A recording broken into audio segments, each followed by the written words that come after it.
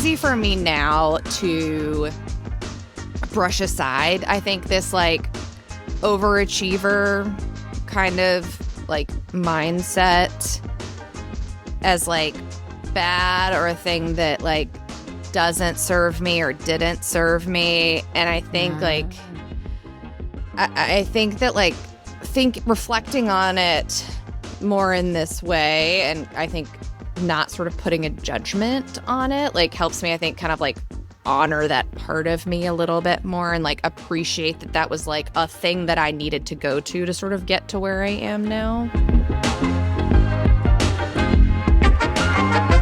Hello, and welcome to Working Your Way, the podcast where we explore authenticity at work and talk about what it really takes to help you succeed in your career more sustainably by doing it your way. I'm your host, Sandhya Sudhakar, and today we are starting a new series all about Enneagram types. Now, in my work, one thing that I have been super passionate about is making the Enneagram more inclusive, and that starts with typing. It's going beyond the books and into people's layered identities and lived experiences. Now, in this series, we're going to be having nuanced conversations about the Enneagram types, not the stereotypical fits in a box way that types are often talked about, but expanding our understanding of the types through real life and real-time exploration of them. In each episode, I'll be exploring with my guest, narrowing down their type together, and then giving them time to reflect and process on their own. And then we'll come back together for a conversation where we unpack how their type shows up uniquely for them. The Enneagram is a tool that can be incredibly insightful, helping us understand our patterns, our coping mechanisms, and our superpowers by recognizing those unconscious motivations that are often working behind the scenes of how we show up day to day.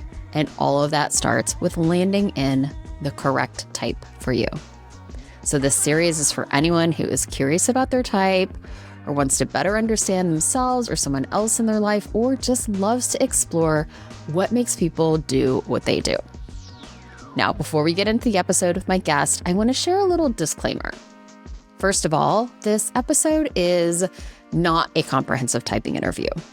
Think of it as a typing light, more of a sorting conversation with someone who I've already begun exploring type with outside of this conversation. Now, in this particular episode, I welcome my good friend and former co-host of a number of episodes of Working Your Way, Arden Evenson. We talk about what it means to be an achievement-oriented Enneagram Type 3 and what it looks like to turn our attention inward and redefine success for ourselves. Now, in this episode, I'll be sharing more about how the Type 3 shows up for me personally also, alongside this conversation unpacking the type with Arden. So you get a little bit of a bonus 2-for-1 looking at the Enneagram Type 3. Without any further ado, let's dive right in.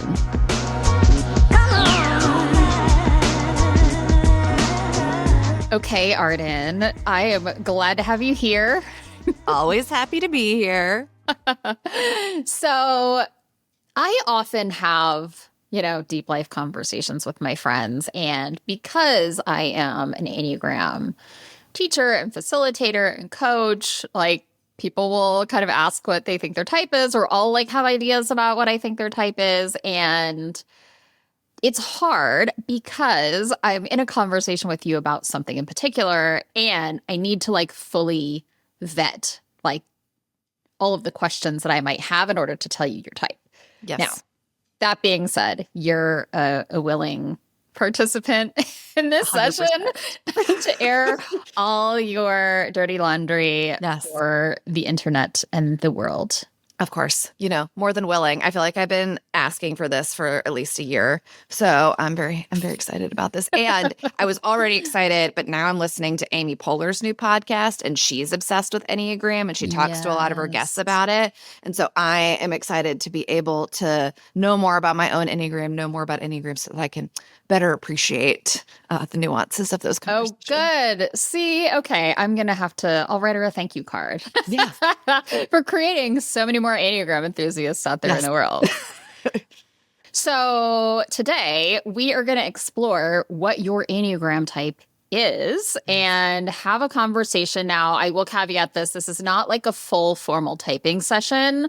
We're going to kind of go with the foundation of what I know about you right now, but also like explore a little bit of stuff from a foundational level so that I can, as a practitioner, I will always like try to take my own bias out of it because I see you as a friend, as a, colleague, a collaborator. And so I see one side of you and that does not represent the whole you. Sure. So a couple of things. And I will prompt you as we have a conversation. We're going to kind of just like flow with this conversation, but Enneagram, for those listening, like I will link some resources at the end if you want to kind of have a little bit more of a primer, but it's about the core motivations behind your behaviors. And so it's like, okay, I do this thing and here's why that's happening on like an almost like survival mechanism, coping existential level. And so are things that serious? Sometimes, but usually not. And so when we can bring awareness to that thing, that survival instinct that's like trying to come out of us through some of our behaviors that maybe cause challenges in relationships or boundaries or work or whatever, we can then kind of like bring like a reality check to them in a way, like a compassionate reality check to them and say, okay, I'm okay. Like, I'm okay. I don't need to over-explain myself in this situation because I'm feeling misunderstood right now. And I'm fighting for my life, trying to get this person to see my side of it and my intentions, and it's not working. And so I can actually just take a breath and let it go. Yeah. So when I'm doing a typing session, and what I will be kind of doing in this conversation is putting a bunch of inputs into this like algorithm in my brain, because the Enneagram types are written as an average expression of how these motivations show up. And so when we are dealing with a real human who has a lot of influences in their life, things like identity and upbringing and, cultural influence and all of these types of things, those also layer in. And so I'm always kind of trying to peel back the layer of like, is this personality or is this maybe like a strong influence from a parent or those types of things too, right? And so it all matters. But I would say the other thing that is important too is like, I'll probably ask you a lot of questions about like, how did you used to be when you were interesting? Yeah. Like in your early 20s or in your teens, right? Because that's often when we're kind of most like tightly wound and patterned. And we then like from that point, right, our early 20s, we like are out in the world independently and we like grow from there because we like bump up against things, right? Right. So, yeah. And so who you are today is probably like much less the average expression of the type, because you and I spend a lot of time reflecting and thinking and so much time, and processing and going to therapy and like growing and all the things. So, yeah.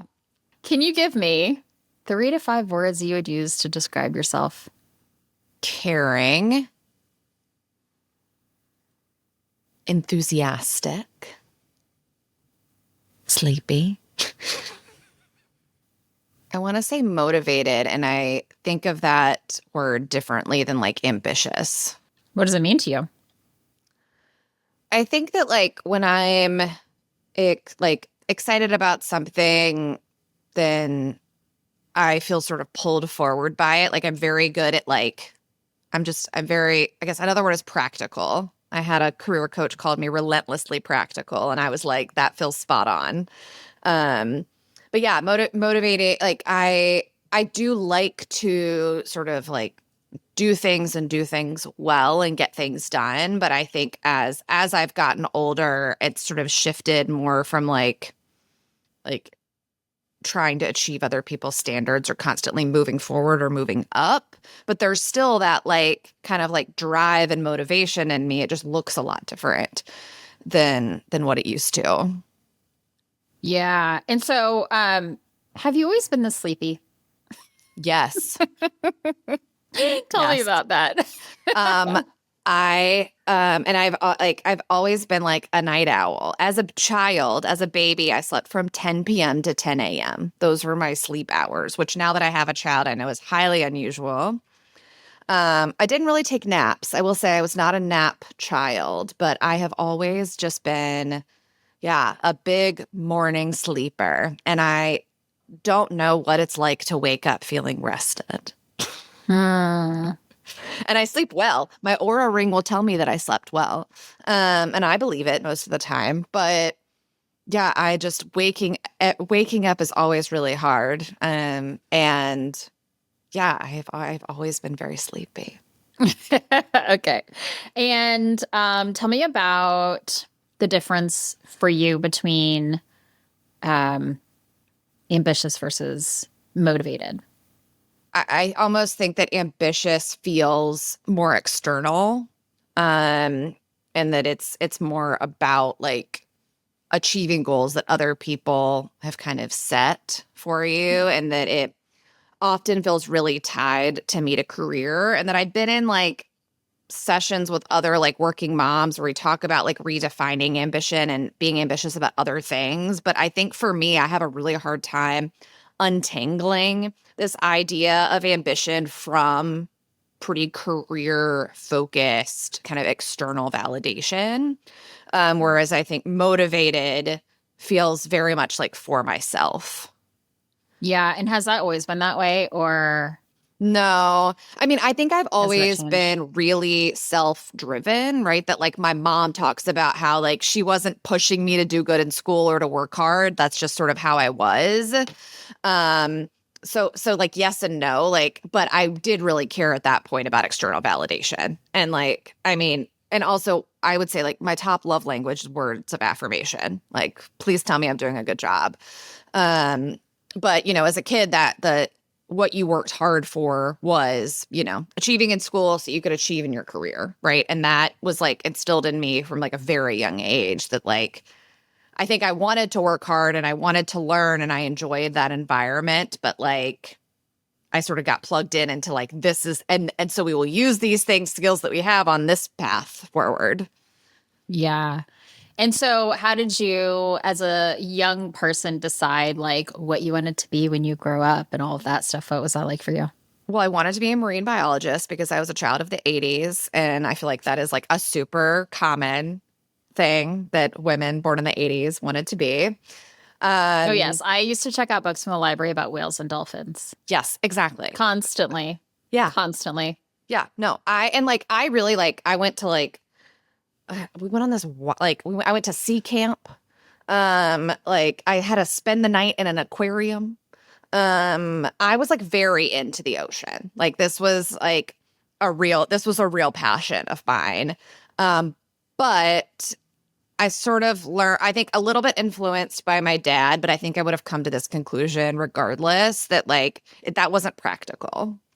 That like we didn't have a lot of money. And so finances were stressful and, you know, worrying about money was a thing and being really mindful. And so why, like, what career was a marine biologist, right? Like, what was I really going to be doing? Was anyone going to really pay me for that? Um, and so I ended up majoring in economics in college because I was a woman who was good at math, and so I felt like that would be an advantage. And I knew I could get a job with it. And I didn't consider like biology. In fact, I like could have gone to this summer program on this island off the coast of Georgia that was like very ecology focused that I would have loved, but instead I did an internship at like a financial firm a year earlier than most people did because I thought that's what I was supposed to do. When you were working with this coach and they told you that you're relentlessly practical, like what was going on? What do you think drove that diagnosis? So yeah, it's very funny. So this was when I was living in DC, and I think I started seeing her before I got my job at a progressive comms agency. So I was working with her to figure out how I was going to like transition from kind of the tech startup world and like bring that skill set into kind of more the nonprofit kind of cause driven work. But I ended up and I still every once in a while will like call her up and have a session. But yeah, and then after that, it was like, okay, I was at that comms agency for a year. I got burned out again. I quit. I went back to consulting. And I want to say that the conversation was like, why aren't you just running your own business? Like, you've done it twice. You can do it. It's working fine. Like, why aren't you doing it? And so I think that came up. And then anytime like she would suggest like a more of what felt like more of a reach career-wise, whether an organization or a title or something like that, I would be like, well, I don't think that's a thing that we can like, I don't think that's reasonable. Like, I don't think that's achievable. So it was just like, she was sort of pushing me to like think bigger, and I couldn't. Like, I just needed to be practical. Like, what are the jobs that I can get? What is the salary that I can earn? What's reasonable to be asking for? Like, all of that stuff. Yeah. And so I want to stay on that theme for a bit. So this like kind of safety and security feels like it was kind of established for you as to like what that might look like in career of like being practical, right? Do something like have your interest be in something where there are a lot of jobs. And even for you, it's like, could I go and start a business? Sure. But like, that seems like the exception. So let me go in the like the path of least resistance, and not because you're not a challenger, but because it's safer and there's more opportunity to succeed there. Yeah, definitely. And like, I think too, I think at that point, this would have been I probably would have been my like late 20s, early 30s. Like, I still was stuck on this idea of climbing the corporate ladder. And so like, it wasn't that like, it didn't feel like having my own business could be a safe source of income in the moment. It felt like doing my own business wasn't putting me on the path to moving up and moving forward and like being successful, right? Like that's where the risk was. It was like the future risk more than it was the present risk. Yeah. And so tell me why that mattered to you. Why do you think it mattered to you?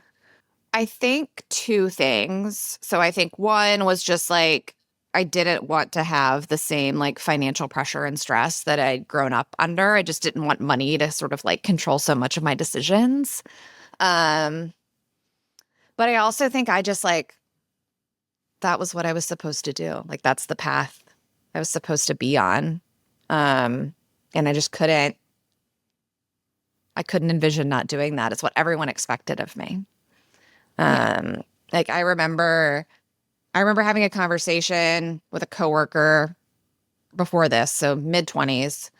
And he was like, well, what are your goals? And even then I was like, oh, I just like want to have a family and like a good job. And he was like, what? You saw that you were more ambitious than that. And yeah, and so I just like, it's like I had a cap. Like, I remember being like, I don't want to be the CEO. I don't even think I want to be a CMO.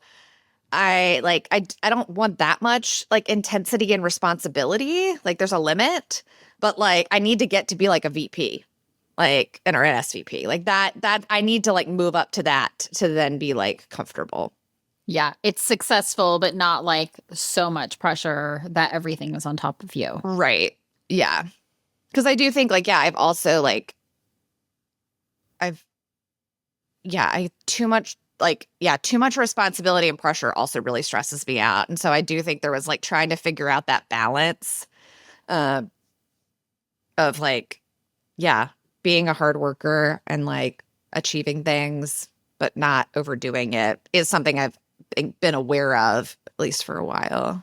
Did you consider that stuff? This was like late 20s, early 30s, you said, but like as you were figuring out what to major in and where to interview for your first job and all that kind of stuff, like what was on your mind? Oh, it was just fine. I was like, okay, cool. I picked econ. That's safe. And I liked it. Like, this wasn't just like no one pushed me into it. Like, I liked it. I was good at it. Nothing else was really pulling me. But it mattered that I was good at it. Like that was sort of the most important thing, is like recognizing I was good at it, having an advisor, like a professor who recognized that I was good at it and was encouraging me to do it. So like I had someone sort of being like, this is a good path for you. Words of affirmation. And like, he's like, okay, you could like work in finance and stuff. And I go, okay, cool. That's like money. Cause I actually started, oh my God, this is important. I started college pre-med. Because Wow. being a doctor is a good job. Yeah, it is. And like doctor and lawyer were sort of what I knew to be good jobs going into college, right? Like, and so those were the two things. And I was like, well, I can be a doctor. I'm like really good in these, like, I'm good in these situations. Like, I'm good at science. Like, it'll be fine. And then within the first, and I wasn't even in like medical classes. I just started taking the prerequisites. So I was in like physics and like a math class or something. And those were fine. I also considered majoring in physics because again, I was good at it. And I was like, wait, like sometime that like second semester, I was like, I've never wanted to be a doctor. I've never wanted to be a doctor. Why am I pre-med? Like, it's just like baffling to me. And so then I was like, okay, well, I don't know what I want to do. And so econ also felt really flexible. So in addition, like it felt like anything that I decided to do, this would be valuable. And I had like more time to figure out what I wanted to do. So that was also part of it. But then my advisor was like, okay, well, now that you're in econ, you're good at this stuff. You should probably do these financial internships. And I was like, okay, that seems good. That seems like, there's a third job, doctor, lawyer, finance. But I remember even my mom was like, when I told her I wasn't going to be pre-med anymore, she's like, okay, so you'll go to law school? And I like had to convince my mom a little bit, like that finance was a job. Like that was also a good job. And there was like stability and like, you know, again, prevalence of work there. But yeah, it was all just like practical. And then after doing a couple of these internships and taking enough of these classes, that's just what I was going to do. I was going to do finance. Okay, so I have a couple more questions for you, but I pretty much know where we're headed here. But I just want to see where you are on these. Maybe there's something, maybe some surprises. I had you give me some words that you would use to describe yourself. Now I want you to think about the people that are really close to you in your life and what words they would use to describe yourself.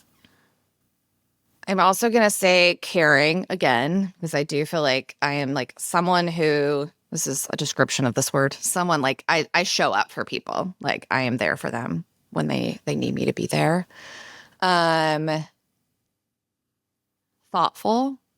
And I mean that like, I think those are different, but I think they go together. Like I'm not just like thoughtful of another person, but just that I like think things through and like intentional. Thorough even? Thorough, yes. God, I hope they think I'm funny.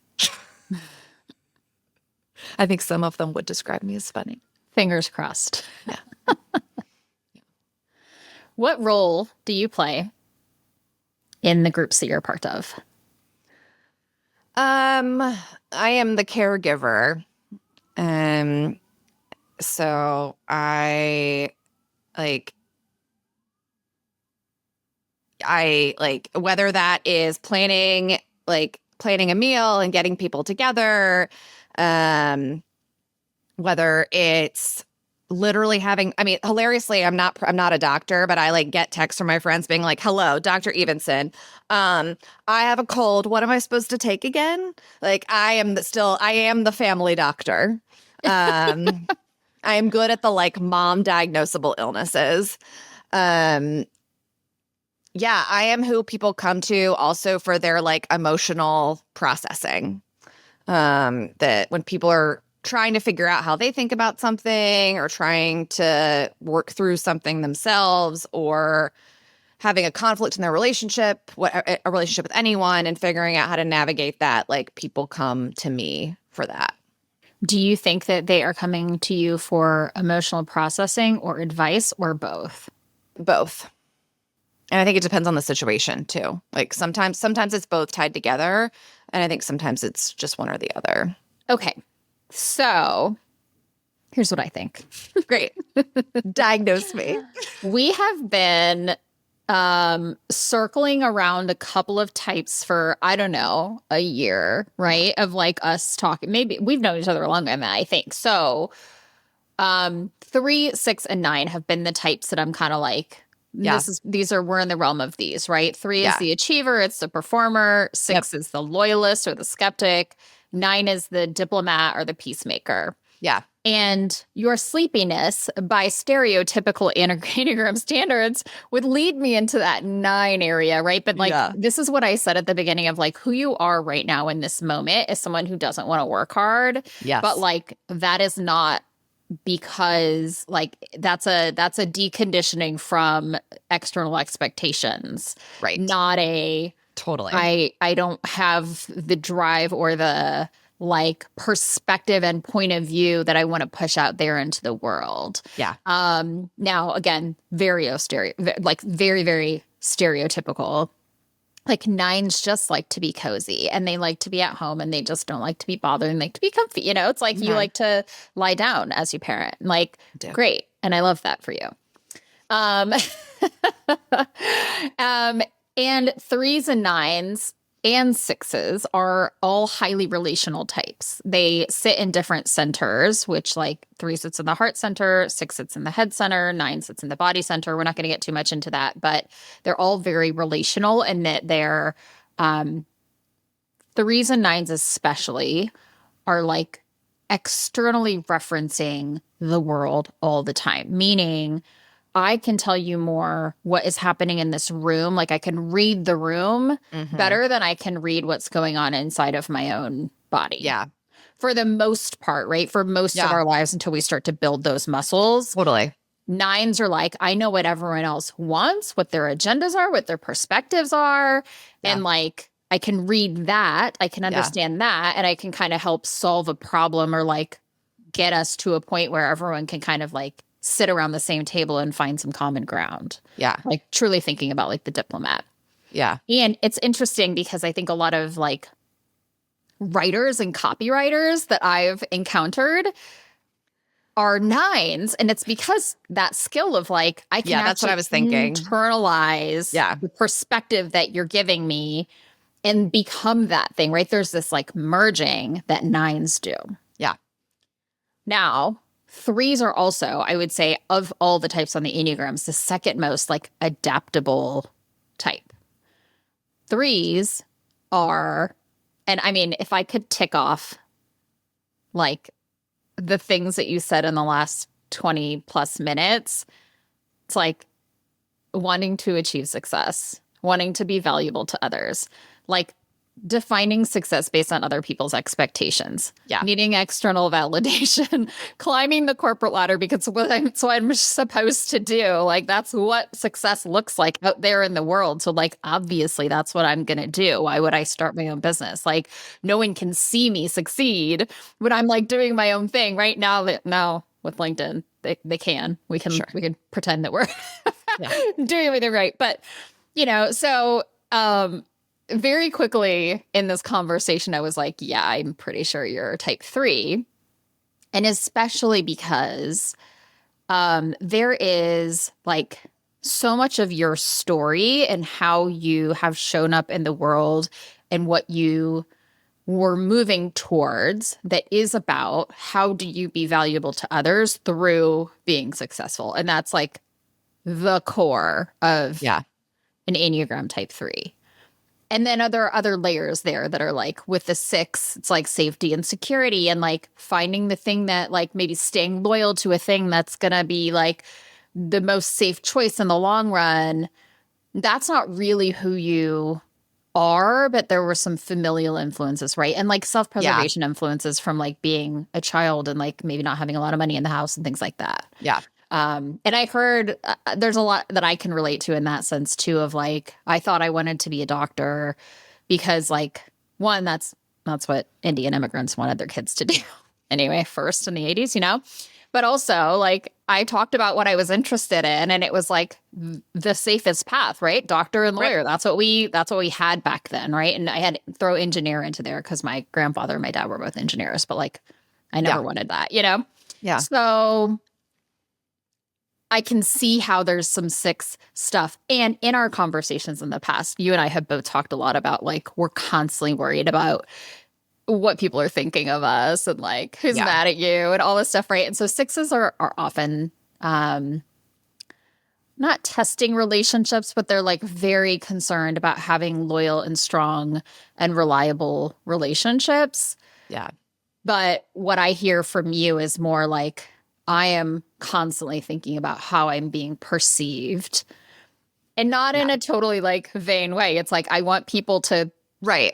think well of me because I've made an impact on their life in a positive way, Yeah, or right. like made them feel good and didn't make them Yeah. feel bad. Yeah, right. Exactly. Yeah.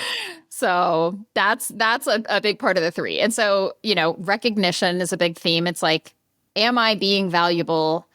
And am I being recognized for that? Do people see me as valuable? Right? It's not just like, oh, I'm successful in a dark room and no one knows I'm successful. It's like success is inherently like tied to others, Right. Adaptability, social adaptability, being able to read the room, become what you need to be, and just like almost like second nature. I always said like one of my skills is being likable, which I think is really adaptable, that just like people like me. Like, and when I've been in office environments, I know everyone's gossip. I know both sides of all gossip. Everyone is telling me everything. And I just know it. Like, because everyone sees me as this like trusted person. And like, you can't trust me. I'm not gonna tell anybody. But like, it was just so funny to like be like given the same information on like 2 different sides of a conflict constantly. Yeah. And in order to be liked, you have to become likable. And in order to do that, you have to be able to perceive what that person values and or how to approach them, or what demeanor to approach them with, what language to use, what to pull out of a conversation that, is what matters to them, right? It's like, that is like social adaptability at its best, right? Being relatable, being likable, it's like all kind of ways of shape-shifting, and not like Totally becoming someone totally different, but like taking it 10 degrees over this way to be like, I have this part in me. I'm going to like put that at the forefront of how I show up for this person, because I know that they value that. Yeah. Totally. 100%. Yeah. So what I'm going to do is I'm going to send you a little bit of reading. Okay. Homework. And we're going to come back to, and I'll send you a couple of questions too. Okay. And then we're going to come back together and talk about it more. Yeah, totally. All right. Well, I'm excited to do my reading. Can't wait to hear if you've had any big life revelations. Yeah, me too. I love this stuff.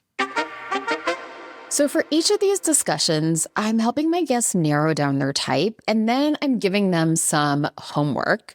And that looks like some reading, maybe some reflection questions. Maybe there's a little bit of back and forth discussion with us over email or a separate discussion. And part of this is so that we can have a deeper discussion about their type, having them really reflect on something, spend some time observing themselves, have some resource material. But part of it is also so that we can be sure that we've actually really landed in the right type. Now, if Arden had not been sure that we were in the right place for her, I might have left her with 2 types to sit with. When trying to uncover your own type, sometimes the best way to get clear is to walk away from the conversation or the book or the report and just observe yourself for a few days.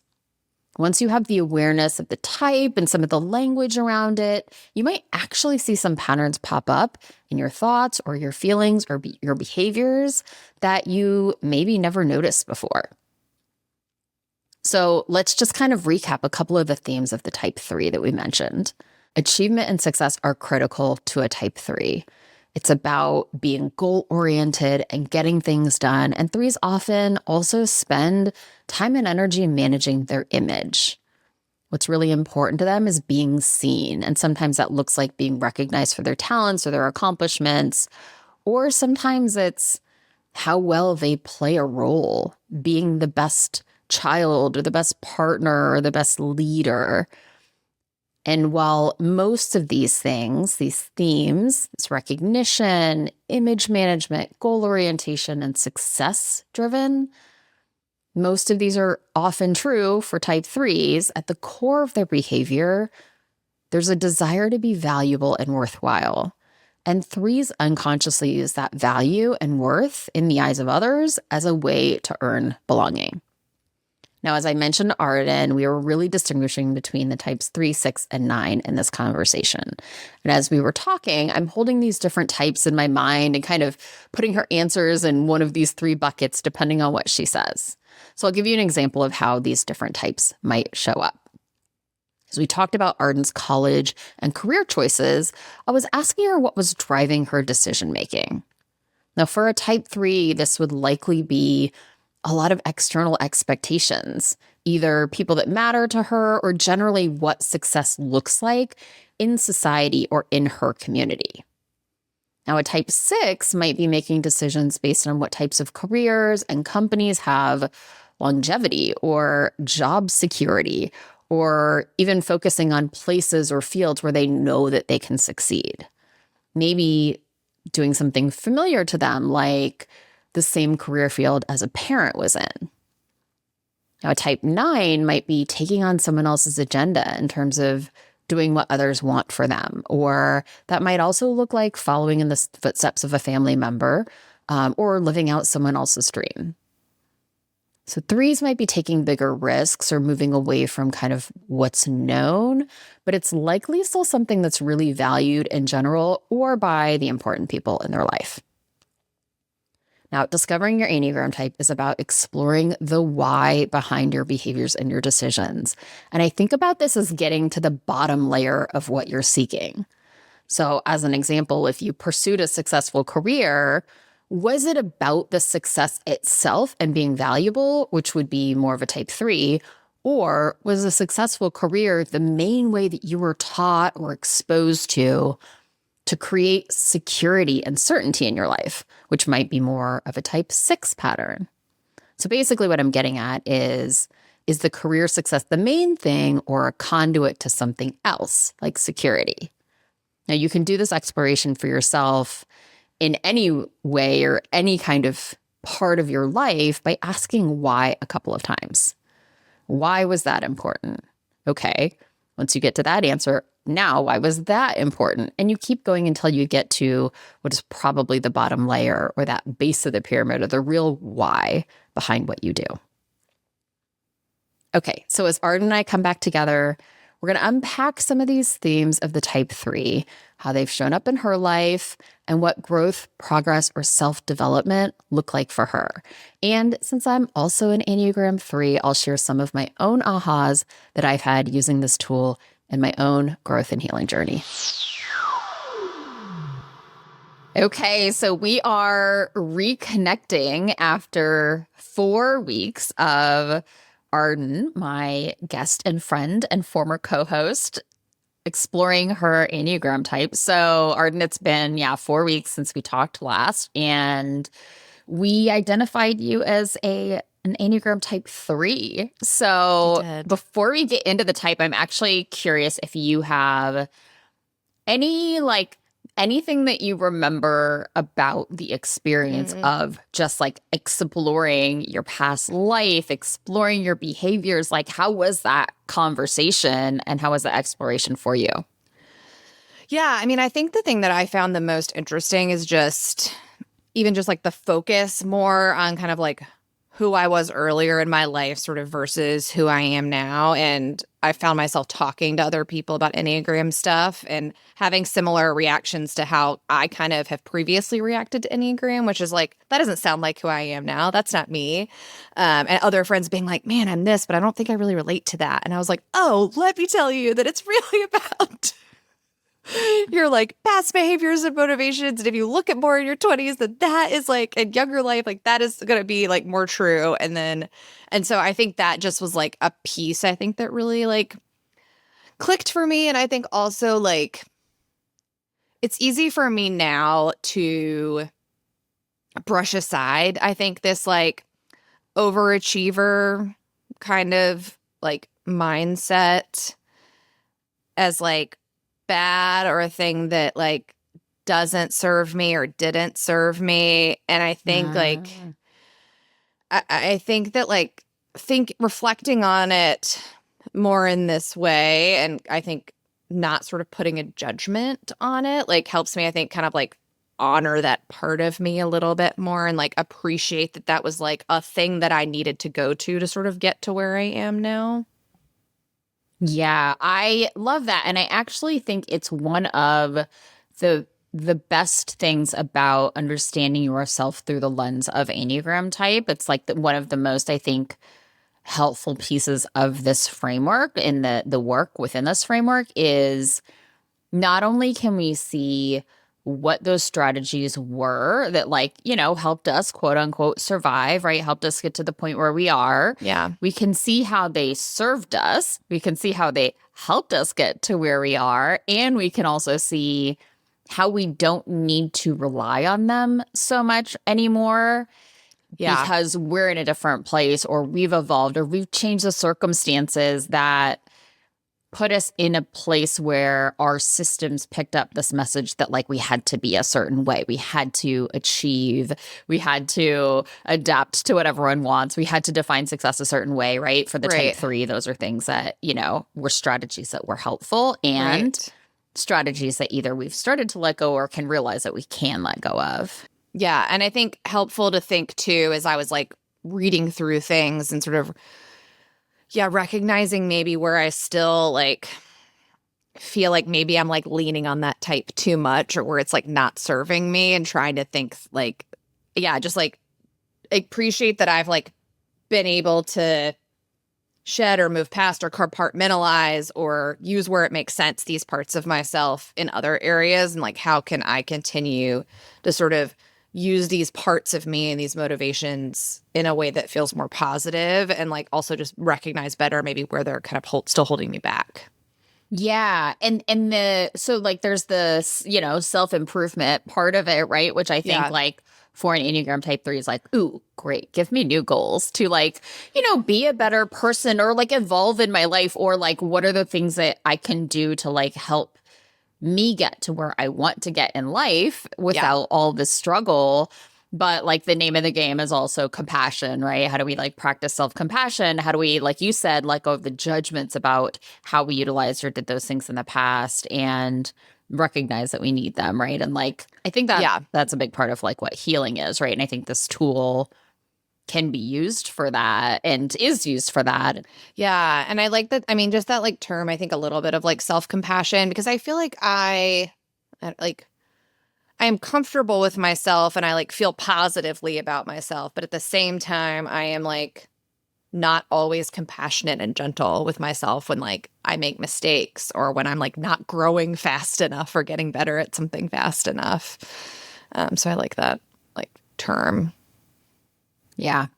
I did a whole course on it when I was like, I think at the beginning of my sabbatical, maybe. And so much of it is mindfulness, right? So much of it is recognizing like, these are emotions that I'm experiencing and this is hard. And like, even just being still with that. And this is particular to a type 3 is like stillness. But why would I do that? That seems like a waste of time. Right. Yeah. And like, okay, like I'm open to feeling my feelings, but that doesn't seem productive. Like, exactly. I don't mind doing it. Like, it's not that I like necessarily even mind being uncomfortable in my feelings. I just think if I'm uncomfortable, we should be doing something about it. Which is like the opposite of what you're supposed to do about it, right? It's like when it comes to emotions, what you're supposed to do about it is just allow them to be there. Yeah. So let's like, we've been talking about the type a bit. Like, I'm curious, what were some of the things that really stood out to you as like things you really resonated with or things that feel particularly insightful? I mean, I think even just like in this resource, the 3 is like identified as like the performer. And like I often refer to myself as a spotlight personality. And like I like to be the center of attention. It never takes more than 30 seconds for me to respond yes to being on a podcast. And so like that, just even the title and the name, I think I was like, oh yeah, that is who I am. I think the thing that I've probably honestly been thinking about the most is like this idea of like threes can also be inattentive to feelings, impatient. That is true. And like image driven and like believe that you must like do things in order to be loved. And I think that's like this idea of like almost like it has to be active. Like you have to be actively doing something for people to like appreciate you is a thing that I see the most, I think, really in my like my friendships and my relationships that like, and I was just talking to my therapist about this last week that, you know, I worry a lot that my value to my friends is only that I'm a good caretaker and a good caregiver and that I provide care.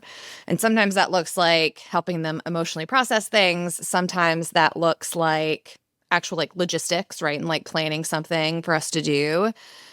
And I really just want to be the fun friend. Like, and not that I can't also do those things, but I have this real fear that if I wasn't caretaking and doing these things, that my friends would not want to keep me around.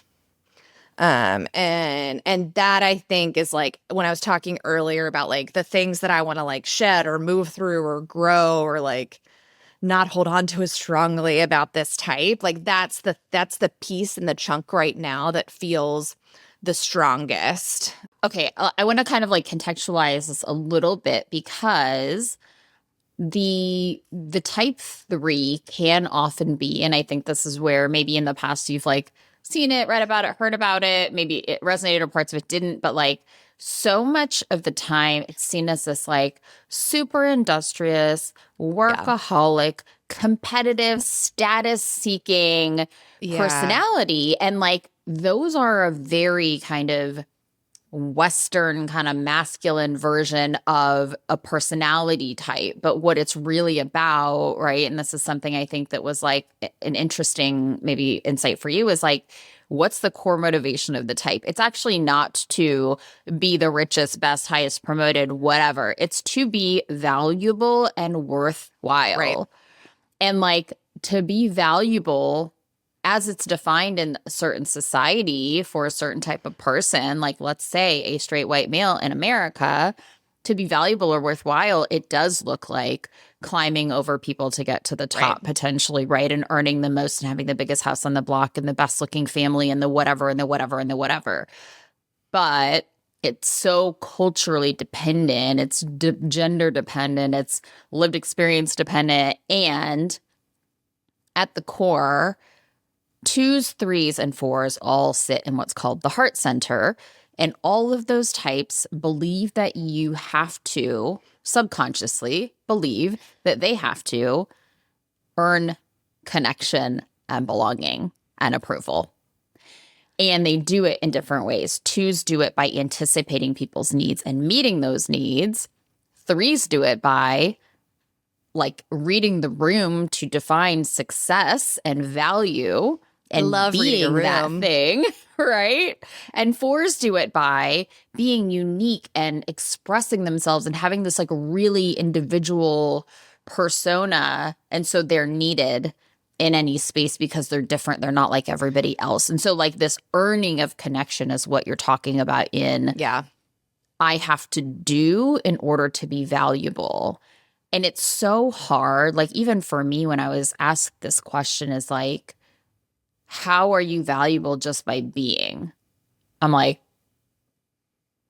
well, what do you mean? Like, I don't understand the question. I don't understand the question. Being, what being? I'm just sitting here like I'm a nebulous blob of like, I don't know, cells. Like what am right. How is that valuable? Like, I don't know, you know, and it's so wild that it's so hard to separate the two things. Cause it's like, oh, well, I'm just being, I'm being a person that someone could talk to. Okay, no, that's still doing.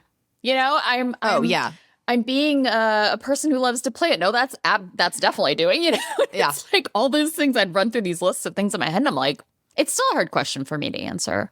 Yeah, it's talking about this, like, the word, like, industrious words. I will say I love efficiency. That is a word in that thing, that world that I'm like, everyone knows that I love efficiency. But one of the things that I like definitely like was like, this isn't me, is like one of the things is like, I'm highly competitive and love winning. I don't care about winning. I don't care about competing. It makes people so irritated. I want to not get last, and I want to not embarrass myself, and I want to have a nice time. I don't care about competing or winning. But I think it like connects to this idea of like, it's because because the connection matters to me more than winning. Right. So like if we're playing a game or something, having a nice time with these people and connecting with them and not letting them think that I don't know how the game works, and that I'm like terribly unathletic and like have like 7 left feet, like short of those, like don't let like not feeling like a failure bar. I'm just kind of there to have a nice time and connect with people. And it's very frustrating for people. I think it's funny. I'm over here just like smiling because I had the same reaction to that part, because I'm like, I'm not competitive. Like, I don't get like, and I'm thinking of sports, right? I think naturally and I'm thinking like sports and games is game night or whatever. Yeah. And like, yes, have I been known to yell at my friends during game night because they're not taking it seriously? I have. And that doesn't mean that if you haven't, you're not a type 3. But I think it's like when you think about the word competitive, there's like a natural default that we relate it to. And for me, I am actually competitive, but in a sense of like, I always want to improve. I always want to best with myself. I am very competitive with myself. And there are times where I notice it coming up where I'm like, I want to be the best at something. And I have like like thoughts that come up when someone's like better than me at something that I want to be great at. That is hard for me. And I have to just like process the thoughts around it, right? Because it's like some protective stuff comes up or some defensive stuff comes up or whatever. I'm like, oh, that's because I want to be the best at this thing. And like that should then be motivation and fuel for me to go after that thing, or question, do I really want to be the best at this thing? Like, how do I, where do I want to show up in that? But competitive is like such a specific version of what I think it really is, which is like meeting your potential, like living up to your potential in life. Yeah. And I do think I'm like I've always been very like self-motivated and like, have I done the best I can do at something? Yes, exactly. And like, renegotiating your relationship with that, because it's like, do I need to do the best I can do in everything? Or, am I approaching tasks by like, am I redefining what is important to me to be the best at, right? Yeah. Constantly kind of like calibrating that. So yeah. What else stood out to you? Just looking at the strengths words and thinking about you asking me the initial question of like what words I'd use to describe myself, what people would, and just seeing a lot of those words there. And it's not that long of a list. It's enthusiastic, action-oriented, problem-solving, successful, efficient, practical, and competent.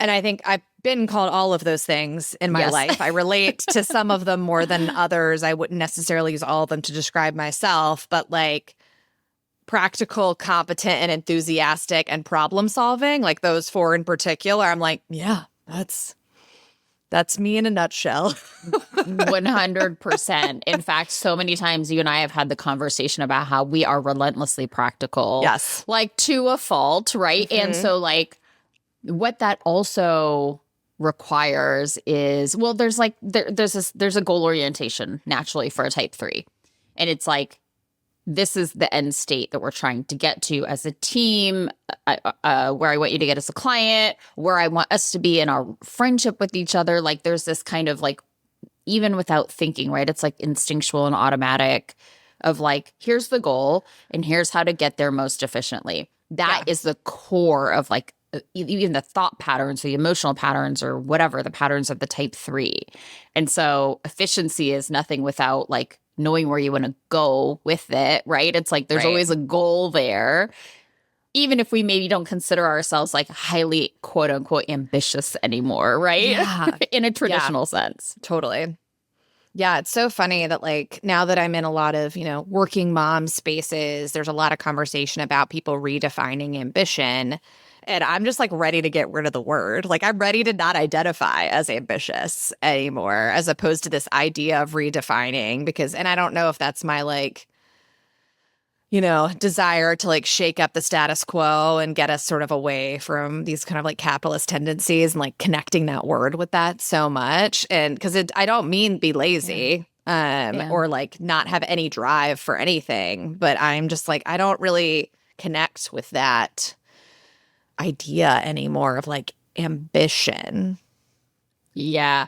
Here's something funny. I was at a wedding this weekend, and one of the girls at the table was like, what 3 words did you use to describe yourself? She started it. I didn't. For the record, I was not trying to facilitate a workshop at the table. I'm proud of you. Someone else did it, and I didn't even want to answer it, but they made me go first because they're like, you do this all the time. You do it. My first word was ambitious. Yeah. And I don't think it's a bad, I don't think it's a bad word, but it's very funny that I like don't identify with that word anymore. I mean, in a way, I wonder if you kind of like are rejecting it, right? It's like, that sounds right. It's like this is like I love rejecting things. Where's that? Right, exactly. Like, you are an ambitious person, and you have been an ambitious person, and you're like, I don't want to be that in the way that it's traditionally defined, and so I want to like burn it off the face of the earth, right? Yes. Yeah. I don't want to be known for that, I think. And it's so funny because like and maybe we've talked about this before, but I like specifically remember being in a conversation over a decade ago with a colleague when we were working in marketing work and trying to come up with a tagline for something for MBAs, basically a product for them. And she wanted we're talking about ambitious or something, like ambitious graduate students or something. And she was like, I don't know. I think ambitious is a bad word. And I remember being like, oh, well, it's because you don't want to work hard. And it's because you're not ambitious. Effort. And now I'm like, oh, sorry. I have my own personal feelings about that word now, too. Right. Probably not the only 2 people. Do you think you should write her a letter? Well, so funny. I like saw her this weekend. I don't think she remembers the conversation at all because I think it was just an offhanded thing. But it was like struck me so much at the time that someone would think that in our cohort and in the kind of work we were doing. Like it just really it really struck me that someone would think that ambition was a bad thing or could be a bad thing. There's an exercise in like it's called like polarity that is part of some of the stuff I've learned through Enneagram. And it's like, it's like parts work, like therapy stuff in a way, to look at what are like the 3 words we identify the most with. And then you basically have to flip them into the opposite and then say, ooh, interesting. What's the opposite of ambitious to you? I said lazy earlier is the first thing that came to mind, but I love being lazy. So maybe that's right. I hate being ambitious and I love being lazy. That can be. That can be the word, totally, right? So like, and I bet if you looked up in, Webster's dictionary, the thesaurus or whatever, right? The antonym for ambitious probably is lazy. Yeah. So then you take this opposite of the word that you highly identify with and you have to say, what is good about being lazy?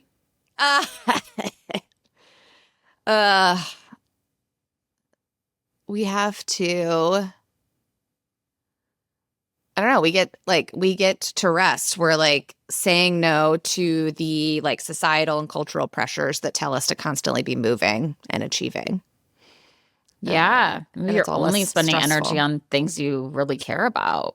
Yeah. I mean, there's a thing when you start feeding your kids food, solids, called baby-led weaning. And I just referred to my method of feeding my child as lazy-led weaning because I could not deal. There was just too many rules and things, and I just was not gonna do that. And so I just refer to whenever people ask how I'm feeding my child or for advice or whatever, and how am I approaching it, like other parents. I'm always like, well, we use something called lazy-led weaning. And it's just, it's the idea of just giving something the amount of effort it needs and not the amount of effort it would require to get A++. Yeah, which the amount of effort that it requires to get it done, maybe not to overachieve or excel at it, is fine. Yeah. Right? Yeah, It's exactly. fine. Exactly. When I did this exercise, one of the words, like, I am independent. And my opposite of that was I am needy. And then I had to say, what's good about being needy? And I'm like, oh, this is the worst. Like, right. But then to realize someone who is needy asks for what they want from people. Someone who is needy gets their needs met. Someone who is needy recognizes that they have needs. Someone who is needy allows other people to do things for them, and they receive those things, like, without judging themselves about having needs or having people do things for them. And I was like, gosh, that actually sounds kind of nice. Right? Yeah, maybe they're like, I don't know, you better at being a part of like community, right? Like, yeah. Versus like isolating yourself, which I think. Yeah. Yeah. Well, so for me, what this brought up for me was this idea of I have an image, and it's more than an image. It's not necessarily something I want other people to believe about me that I'm not, that I don't believe that I am. It's like, this is a persona that I like strongly identify with, of being independent, having it all together, not needing anything from anyone, being able to take care of myself, and also being the person who like can jump in anyone else's crisis and like take care of all the things for them. And so that for me, like just the recognition of that, right, like was a big aha moment, and like to see all the judgments that I have around it, right, and all the negative things that I attach to like not being that way, and how I might judge other people or project that stuff onto other people, right, like with the lazy / ambitious, conversation. So I'm curious for you, like, as you think about the type 3, one of the big buckets of things is like roles or images, like image persona roles that we play, and like identifying those and really seeing. Yeah. How am I identifying with certain roles that I play in life or a certain persona? Yeah. I mean, I relate to everything you just said. I mean, I am very much this like caretaker and caregiver. And I think, we've talked about how the shift into motherhood is sometimes really dramatic for people. And I think there are a number of reasons that it hasn't been for me. And I do think that one of them, and my husband and I joke about this, that like I was already a mom to everybody else. And because I am just like very attuned to what people need and how they need me to show up, and where I can best fit into the things that they are lacking or in need of. And so, yeah, it's this like caregiver, caretaker. And I think the interesting flip side of that, and I don't know if this is exactly your role, but like, I also think that part of me believes that the best way I can show someone I care about them is to not need anything from them, right? So it's like coming back to this idea of independence. Like being independent is one of the greatest gifts I can give to other people. And so it feels like such a silly thing to have those side by side in my head, where like, I don't think I'm valuable unless I'm taking care of other people. And I think the way that I like am the easiest person for them to like be friends with is to not ask them to do anything for me.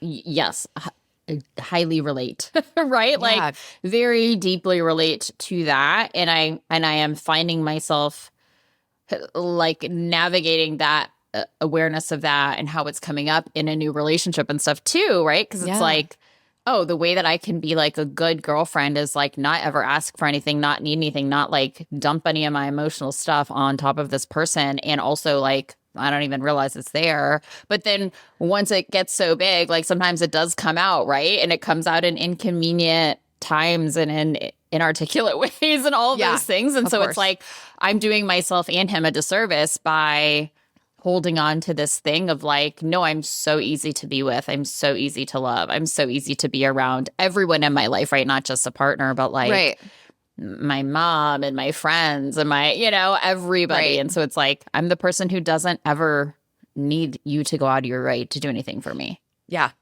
It makes me think of like in college that I was like, I can be anyone's roommate. Like these people that are living with me, they cannot. Or like not all of them can. Like they need a specific kind of person or like not specific kinds of person to live with to be with these people. But like I can live with anyone. Like I can sort of like mold around that. And I don't feel like I think the other thing for me is like it doesn't feel like I'm like I think one of the things here is like, ignoring my feelings or sort of like my own point of view necessarily. Like I don't feel like I'm hiding that or holding it back. I definitely think sometimes just don't even think to think about it. Right? Like that's sort of where it shows up. I'm definitely not burying it or ignoring it. I just like I often wonder, I'm like, do I just not care? Do I really just not care as much as everybody else about most things? Like, because that's how it feels. Like, I just feel like I'm usually less bothered by most things and usually have few opinions about things and I don't really care. And is that true? Or have I not like, digested and dove in to try and figure out? And like, also, does it matter? There's plenty of things I can have, like, I'll have plenty of opinions, I think. I don't think I need more. But yeah, it is very interesting, like how I perceive myself as like a little bit of like, I think we talk like a little bit of a shapeshifter, right? Like, and even like, I see myself in social situations, like depending on the people or the group, I play a very different role and I have a very different dynamic around different people that like sometimes I'm really quiet. Sometimes I'm asking questions. Sometimes I'm talking a lot. And I'm kind of happy in all of them. I can see other friends who are very consistent from situation to situation as we're around different groups of people. So, we're talking a lot about this. Like, we're talking about the roles we play, the image we want to portray, or maybe the persona. We talked about, like, the adaptability, right? Even in just your talk about, like, being someone who can be a roommate to anyone, right? That's part of the type 3. And it's not exclusive to the type 3. There are other types that are very adaptable in different ways for different reasons. But, like, being able to fit in any social situation is like a very big piece. But the kind of like last element that I'm curious about for you and want to talk about is like the idea of recognition for a type 3 and being recognized for your contributions. Like, how important is that to you?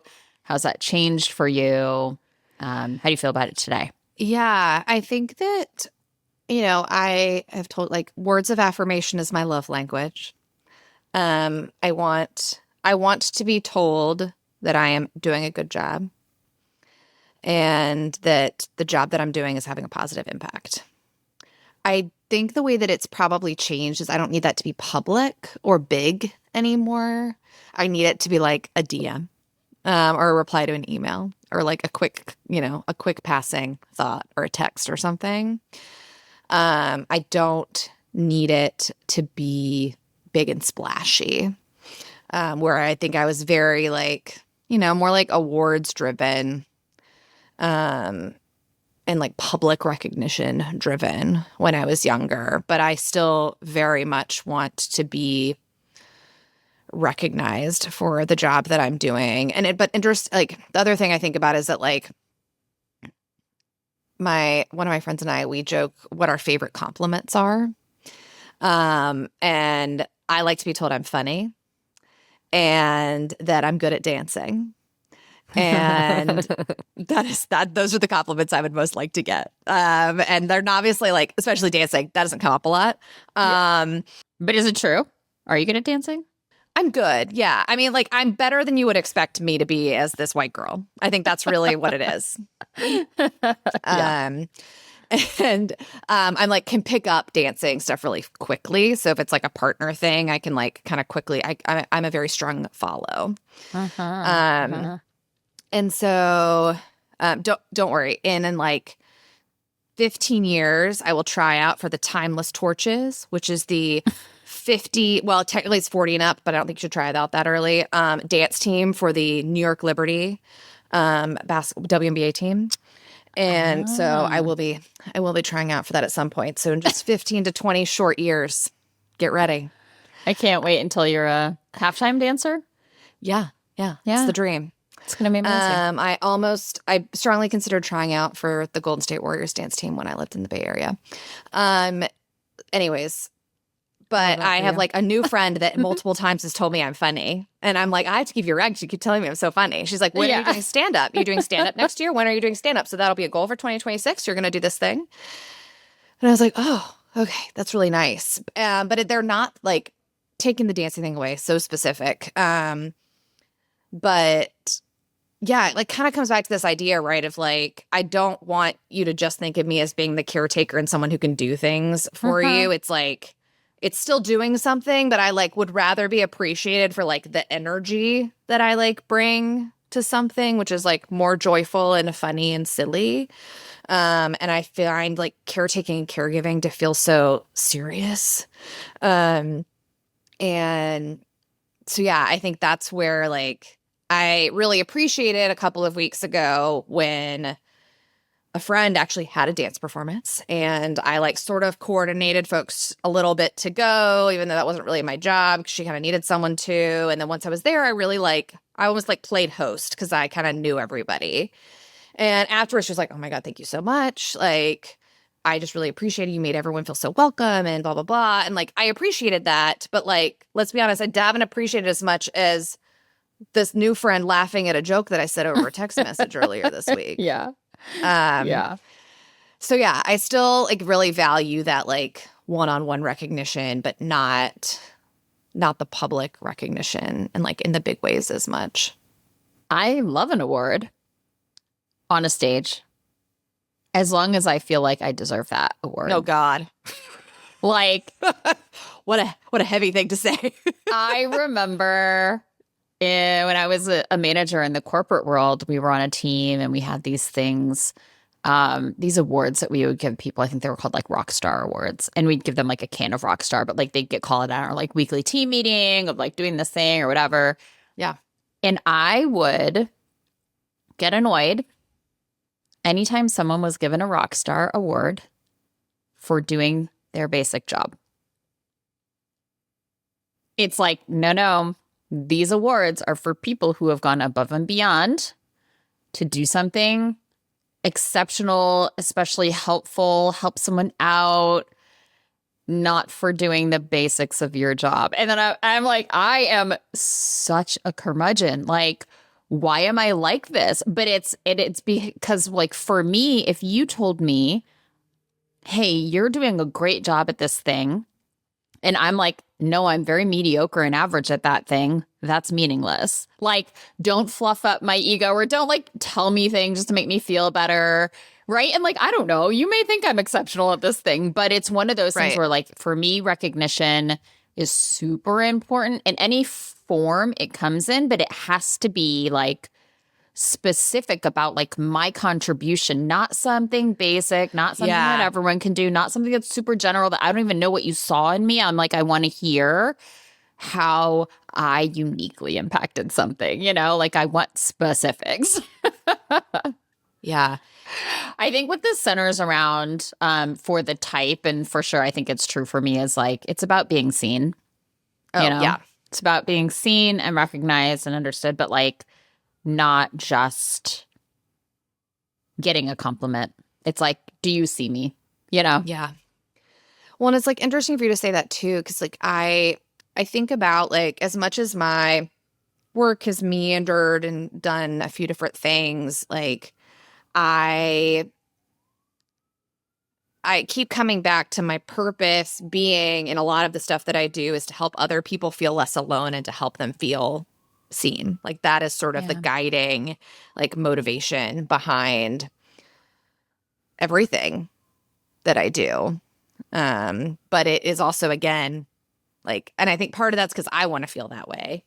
Yes, totally. But it is also like, it is a very external kind of goal and driver. Yeah.